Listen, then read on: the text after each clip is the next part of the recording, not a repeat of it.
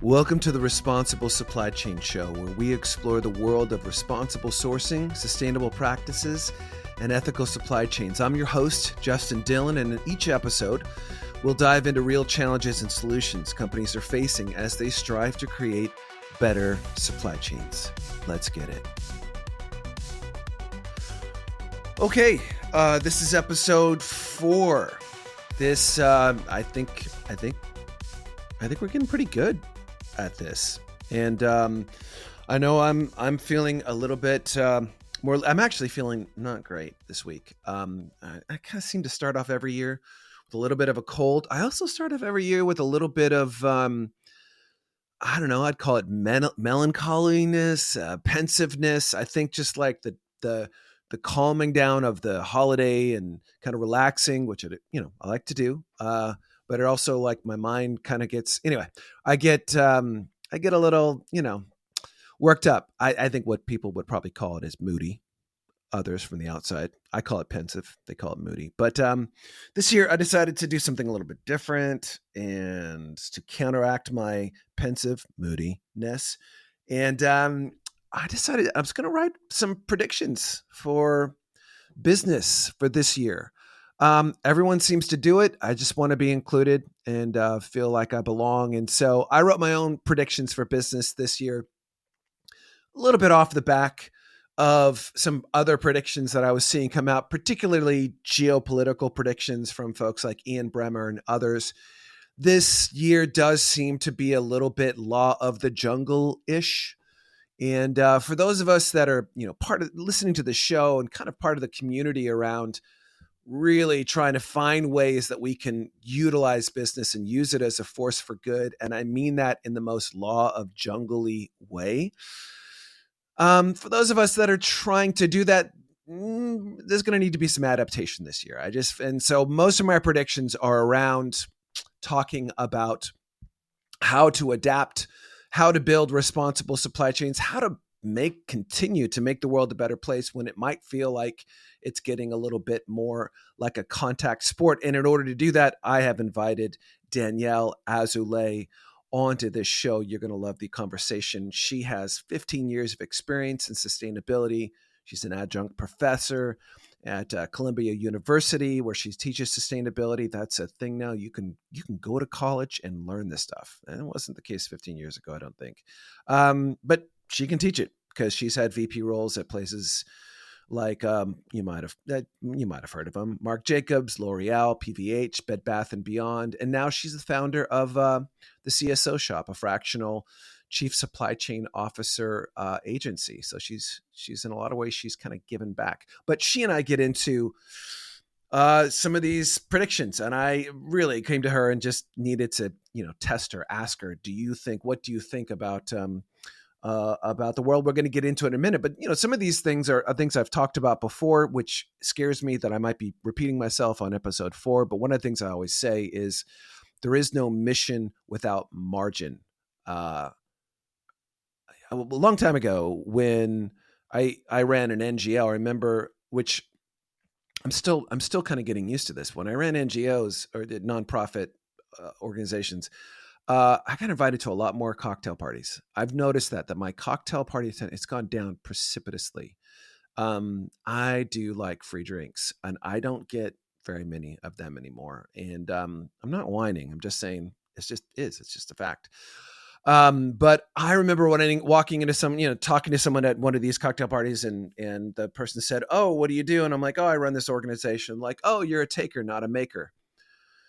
And I think this person had a few marks by this point, if he's making remarks like that, saying that I take money, I don't make money.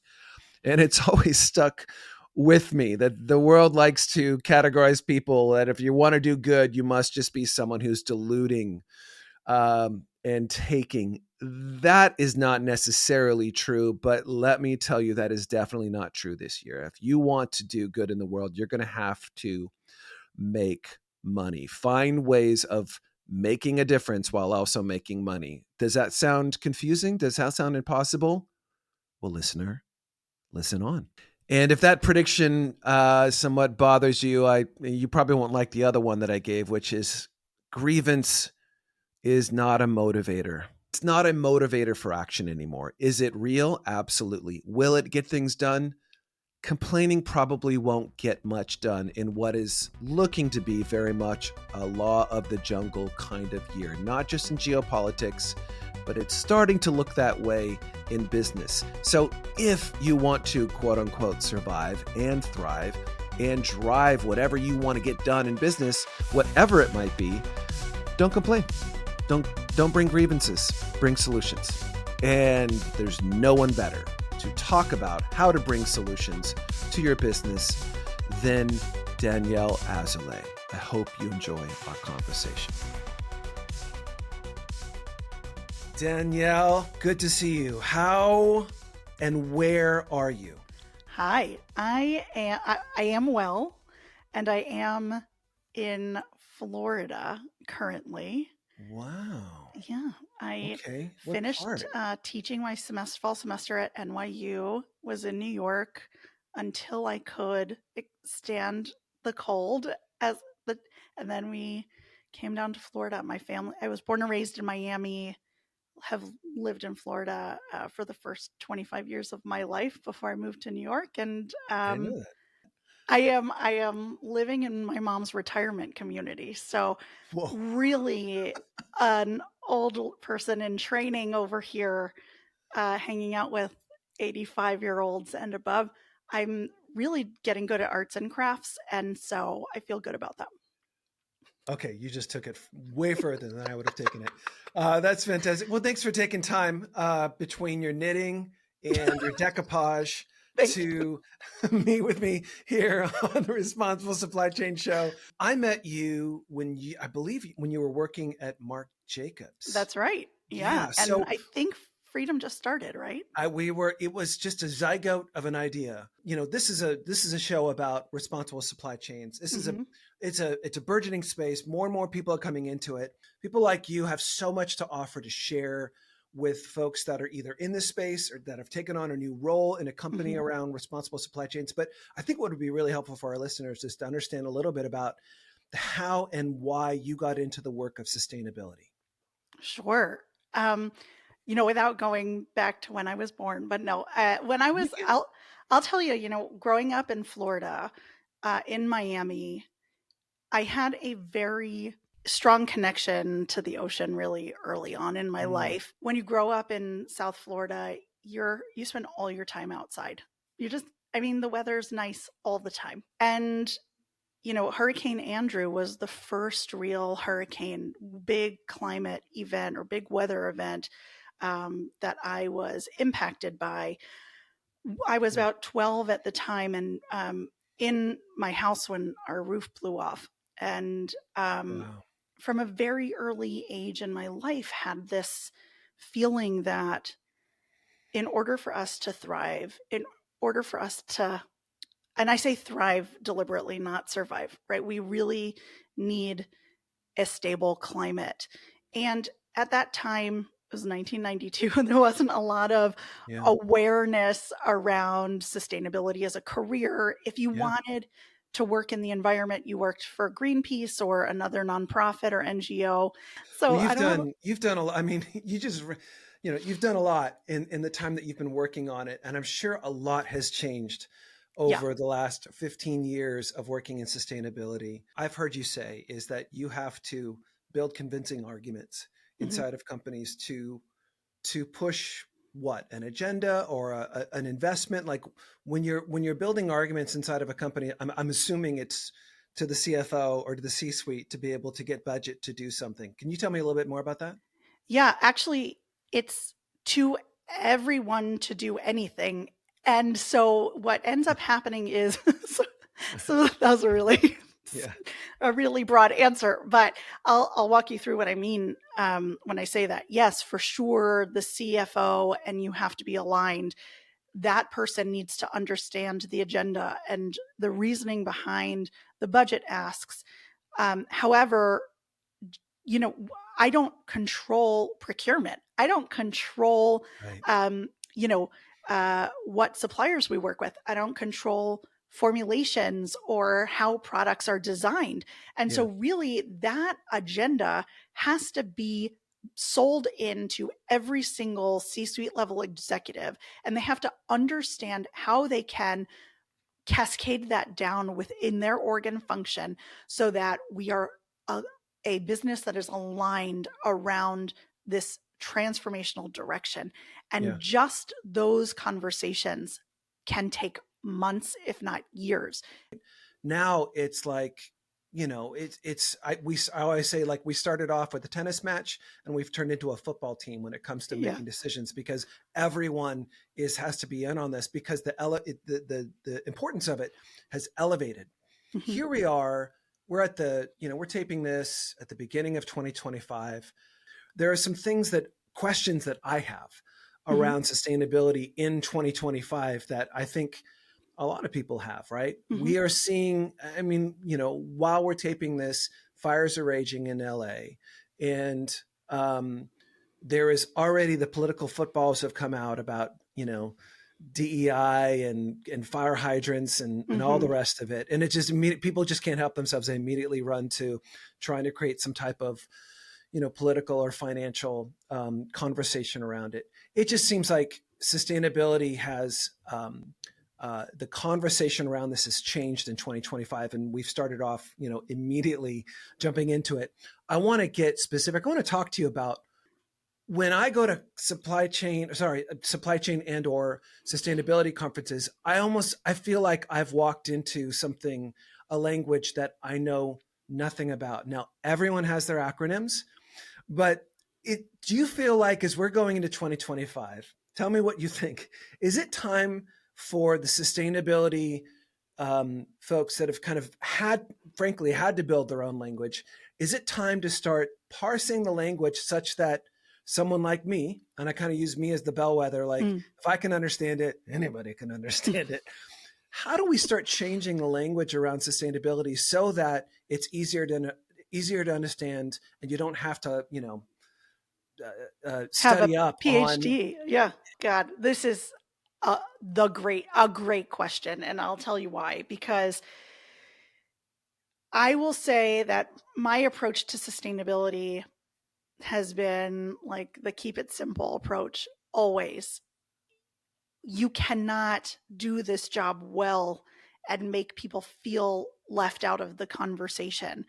This is has to be an all hands on deck situation. And so there is a very technical conversation, rightly so, right, that Yeah. has to take place amongst the PhD scientists, amongst the CSOs of the world to figure out what's the right approach and what's the most credible approach. But then when we take that and we translate it into a movement, that Mhm. we can't be talking about parts per million and 1.5 degrees and blah blah blah. Right. This has to be human. If you do not understand the stories of the people who are affected by these major weather events and feel a connection to them person to person, that is what we should be striving to But do. I think people do. I think people are watching what's happening in LA and do feel connected to it, but they don't feel connected to the causality, and especially when there's so much noise around what is the real problem. Yeah. I think that's where, in every movement starts technical and ends Hmm. in a narrative, Hmm. and we are only motivated to change through metaphors and narrative. Hmm. And I feel Hmm. like with sustainability, I've been shown the apocalypse, Hmm. but I haven't been shown the revolution. I haven't seen. I don't know what 1.5 means. Hmm. Or and don't start talking about Celsius. We're really in trouble. Like, I mean, can we Yes, say that narrative worked or that not? doesn't And work. are you, is the movement ready to go? Yeah, that didn't work. We got to come up with another story. There's a lot this what's so challenging about distilling this story down into a single narrative is, first of all, I think it started at its core, like you said, very technical with Yeah. um, scientists talking to Congress and alerting Congress about global warming in the 70s, right? And it was a very technical conversation. And then if you think about who have been the spokespeople for this movement, it has largely been people who are highly intelligent, like the Mm, Al Gores of the world, right? Who have yeah. then made a career out of this as their platform and really wanting to demonstrate their thought leadership. And I think that has led to sort of a lack of democratizing the conversation because it's intimidating, right? Yeah, it is. But no matter which way the political wins and what blows, Right. we all are still a species that is motivated by stories. And change, no matter, it's not an aspirational sport, it's contact sport. It is not Yep. tennis, it is rugby, right? If you Mm-hmm. want to make change, you're going to get hit, you're going to get knocked. And I would argue that Al Gore was the storyteller for his generation. He did a great job. He got me to Did. understand stuff and care. I mean, it Yep. was fantastic, right? And it's not that the world needs another Al Gore; it needs the new storytellers. And I would argue that probably the greatest storyteller around this movement to date was the turtle with the straws. Agree. I Agree. don't think he signed up. I don't think that turtle No, signed up for that he to be did in the not best get storyteller. royalties from those But when that, photos. what was Yeah. it? The straw was a straw in his like mouth. I forget. Nostril. In his Yeah. nostril. Mm-hmm. This turtle had a straw in his nostril, and Pete's Coffee got rid of plastic straws. I mean, there's a direct line to Yeah. my life Right. of the turtle, and I won't. I'm just, plastic I straws work think better. I'm just going to be I honest. But like, they do work better they also, do. but but that's fine. there was adaptation, right? Like Yes. people saw it, they got it. Like, oh hell no, not on my watch. No Mm-hmm. turtle straws up their nose. I will not have that. And how quickly, just a little change. And I don't want to get into like, did it really work? That's not what I'm talking about No, here. I don't no. know. But You're talking about moments that spark action. And yes, we don't know. We are in a moment right now with LA fires, yeah, coming off of hurricanes in Asheville, North Carolina, coming out off of hurricanes. I mean, this is just in the United States, yeah. coming off of a unbelievable winter where there was lots of snow in places that don't typically get lots of snow last week, right? And so we are in this like critical moment where we could really really use an update to our regulatory frameworks and infrastructure You don't think to that's happening in the just EU raise with the the CSDDD and it is, but others? it's not happening here. And No, in the United that's States, because yeah, wasn't there an SEC thing that didn't there go through? was Yeah, for scope 3 emissions, yeah, and it didn't go it didn't go anywhere. through. And I mean, frankly, even if it had materialized, there would be rollbacks to that Oh, sure, now, sure. right? Yeah, Yeah, we're not we're not really rule followers here in the United States. Everywhere else, people are I just know. they do the right thing. We still got that "don't tread on me" The Wild West mentality here. But boy, situation. Yeah. but we're good on trade compliance. Like here's what's interesting about different, right? So True. so you could argue, it's like, why isn't there a modern slavery act in the United States? Because we don't need one. Hmm. Because there's trade compliance acts that are actually more punitive. I've never seen anything more punitive than the Uyghur Forced Labor Prevention Act, the I withhold know. release Yep. orders. Those have wood behind the arrow. And I think every group, every people, every moment has its own version Hmm. of stepping up to the better part of themselves. And what it doesn't need is critics and commentators standing at the side saying not good enough. I'll never Yeah. forget when we helped get the California Supply Chain Transparency Act passed here years ago, over a decade ago. I'll never forget activists coming, stepping up in line going, it's not good enough. It's not good enough. It's like, it moved the ball forward. Like, what are Yeah. you looking for? I would argue that Supply Chain Act, and I was just looking at 13 years of regulations, and there's like 15 other regulations on the back of it. This thing that activists said wasn't good enough. So my question for you is, Yeah. does grievance actually work anymore? By grievance, I mean the complaining of it not good enough. And we've seen this, and I feel like the tolerance for grievance, here's my 2025. I You feel tell like the me. tolerance for grievance has dropped off a cliff. Like if you're complaining because of, and I'm not saying it's not real, but if you're bringing grievances that things aren't the way that they should be, you're going to be summarily ignored. You have to find ways forward. Any thoughts Because, on that? well, it's not productive. No. Just pointing out that something sucks is not helpful to actually solving the problem. And so I want you to come to the table and say, it sucks, and here's why, and here's where we need to get to, and here's how we're going to do that, right? I'm much more interested in the how than in setting some aspirational goal that we can't meet right now. Because the reality, to your point, is these changes have to happen incrementally. Yeah. And there are increments that they can happen that are very effective. Mm. It's just the way policy works in this country. It's Mm-hmm. incremental. Also a challenge that nonprofits are facing, in that having to differentiate themselves, putting forward a new agenda and a new narrative and new idea can feel almost like, are we even all working together? Are we on the same Well, page but that's anymore? just it, right? I mean, Yeah. activists, therapists, and pastors are supposed to be working themselves, or priests are supposed to be working themselves out of a job, not creating job security. Mm-hmm. Meaning, if things are always wrong and you're someone who solves these things, I just think that's the wrong mentality. And activists should, their total aim is to make themselves obsolete. And when That's we're, my, yeah, that's my goal. and so, That's and my that's, goal with my job, is that yeah. I don't necessarily think every company needs to have a CSO. I'd much Mm. rather Chief go into Sustainability Officer, just so we're, sorry, just a for chief the sustainability listeners. officer. Yeah, thanks. That harkens Acronym back to cop our here. Yep. acronym. Yeah. But what I think an effective chief sustainability officer does is enter an organization, set up the guardrails, the framework, the training, the all of the goals, the ambition, the North Star, helps the CEO understand the issues and how they are going to talk about it, and then move on. The resistance can be in like the how, Danielle, this is not going to work because the culture of organization is such. That is great.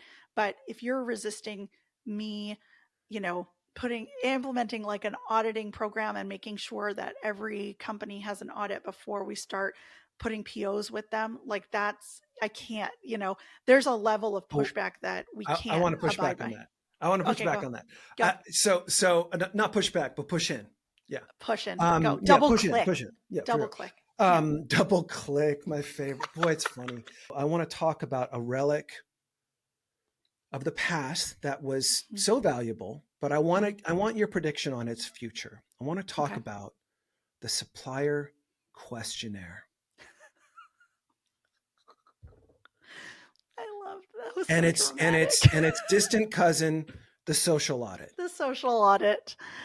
Wow. Someone who has probably launched a gabillion of those over your very, very accomplished career. What's its future? Well, look, God, I think that there's so much money spent on supplier audits every single year. And also, I mean, besides freedom, which is now a viable alternative. I plug. No, but I mean that legitimately. Yeah. What's the what's the alternative? I am in two minds about it. I think audits generally are not the way, and also I have received audit results that have found forced labor and child labor that enabled me to put in Yeah. place, programs that remediated issues, and hopefully resulted in improvement on the ground for workers. Yeah. But you don't know realistically the if the resulting actions, corrective action plan and actions like Right. just actually made the supplier more less transparent. Yeah. It's so hard. It's so hard. It's hard. It's What do hard you to get think about it? information, and and you can feel. Look, we're a software company, so we do go information security audits and questionnaires all the time, and it's literally the same 30 questions asked 100 different ways. Yep. So in the era of or burgeoning era of AI, it just seems like the need to send someone on a plane or have someone walk on a factory floor or have someone fill out a questionnaire. It just feels like there's room for improvement to capture information. Is there a world, can you see a world where companies actually become the aggregators of transparency, where they're helping their suppliers see things to help their suppliers run their businesses better? Because audits and questionnaires are an extractives industry. It's a take. It's not a give. 100%. Is Yeah.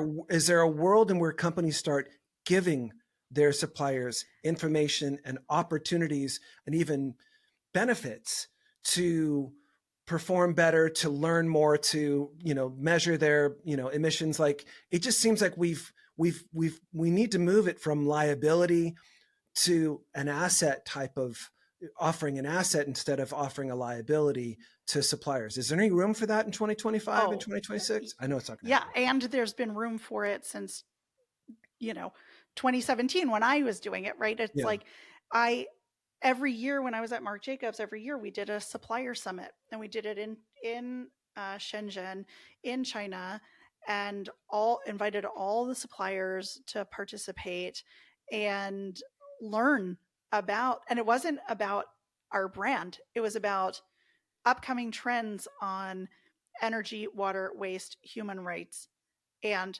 how they could upskill themselves to be better suppliers. So the more that we can give to the system, the more the system will change. And so There you if you go. find yourself in a supply chain role or a procurement role, I really urge you to organize supplier summits and help people upskill anywhere else. I couldn't agree more. I think this is a give, not take. It's a show, not tell world.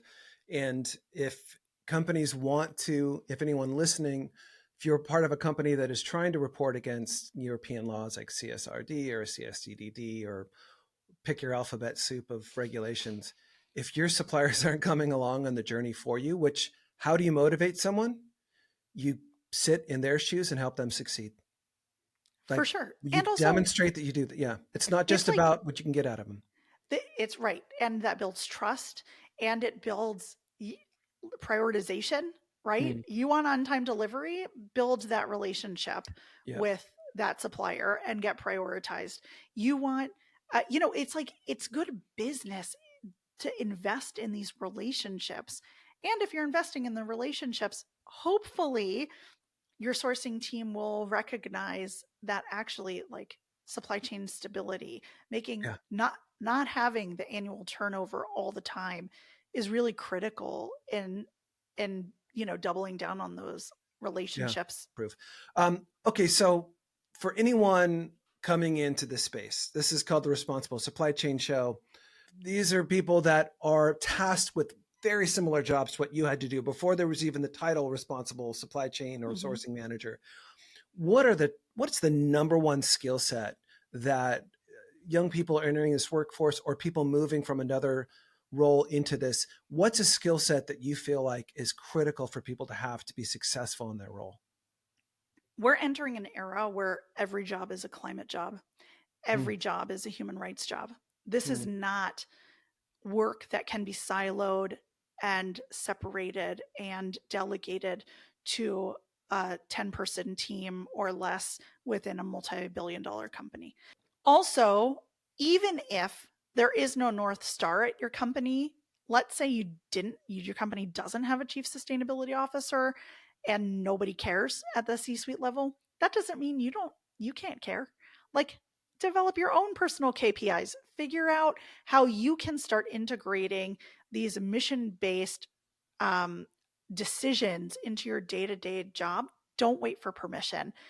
Figure out how you're going to start working these things into your day-to-day decision making. And if you need mm. help doing that, link in with me. Happy to have a conversation. But Yep. And it's what's your website? The name of your company again and website? my company is called the CSO Shop. Uh-huh. So CSO is acronym for Chief Sustainability Officer. Basically, I'm a fractional or part-time CSO for small to medium-sized companies who Perfect. don't otherwise have that Perfect. function in place. So now, And you do it well. And you've taught me so much over the years. Your gregariousness Likewise. and your curiosity has always been just a real asset to me. Danielle, thank you so much for coming on the show. Thanks for having me, Justin. Anytime. And I'm so glad you're getting the word out there. This is the one thing, the part of the show where we discuss one thing that everyone should take away. Danielle talked quite a bit about a number of the stories, the types of stories that are told in sustainability circles. These stories include, 1.5 degrees and very important stories meant to motivate and incite action. You cannot build a movement. You cannot create change without telling a story that everyone sees their participation in. We talked about what we believe was, jokingly, was the greatest storyteller was the turtle with the straws up its nose. As awful as that was a complete story. It was something that we all seemed viscerally connected to, straws, and looked like something that we use every day that was hurting something that we thought was precious. That's a complete story. For us, as human beings, if you want to motivate us, we need to see ourselves in the solution. We need to see that whatever action we're going to do, it's going to be meaningful. And for the change makers in 2025, they will need to learn how to tell stories that allow everyone to participate. Please be sure to follow this podcast so that more can hear and our community can grow. See you next week.